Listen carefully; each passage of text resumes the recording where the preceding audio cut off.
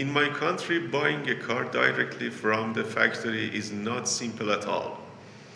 You can't just walk into a dealership, pay the money, and get your car. To buy a car at the official factory price, you must register and enter a lottery.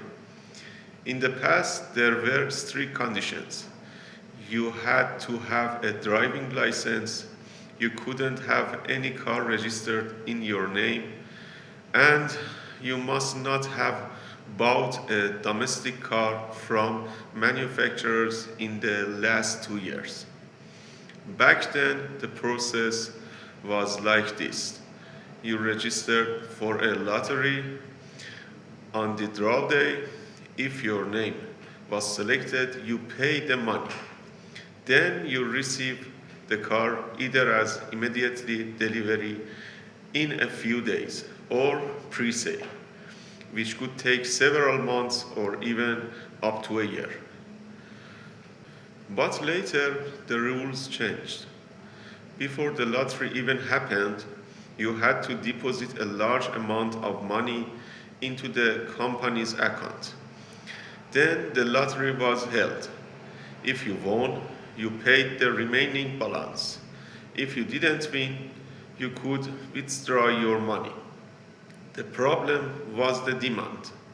For each car model, millions of people registered, while only a few thousand cars were actually available. Because the factory price is much lower than the market price, many people don't want the car for personal use.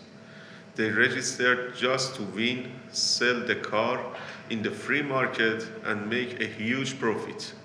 But people like me, who wanted a car for personal use, were stuck. I personally registered for these lotteries for 4 years, and my name was never selected. On top of that, even when people won, delays were very common. A car that was supposed to be delivered in 3 months sometimes took up to a year.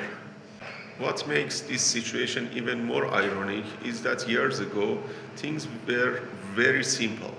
You went to a dealership, paid a deposit, the car was delivered to your home in 1 or 2 days, and you paid the rest of the money.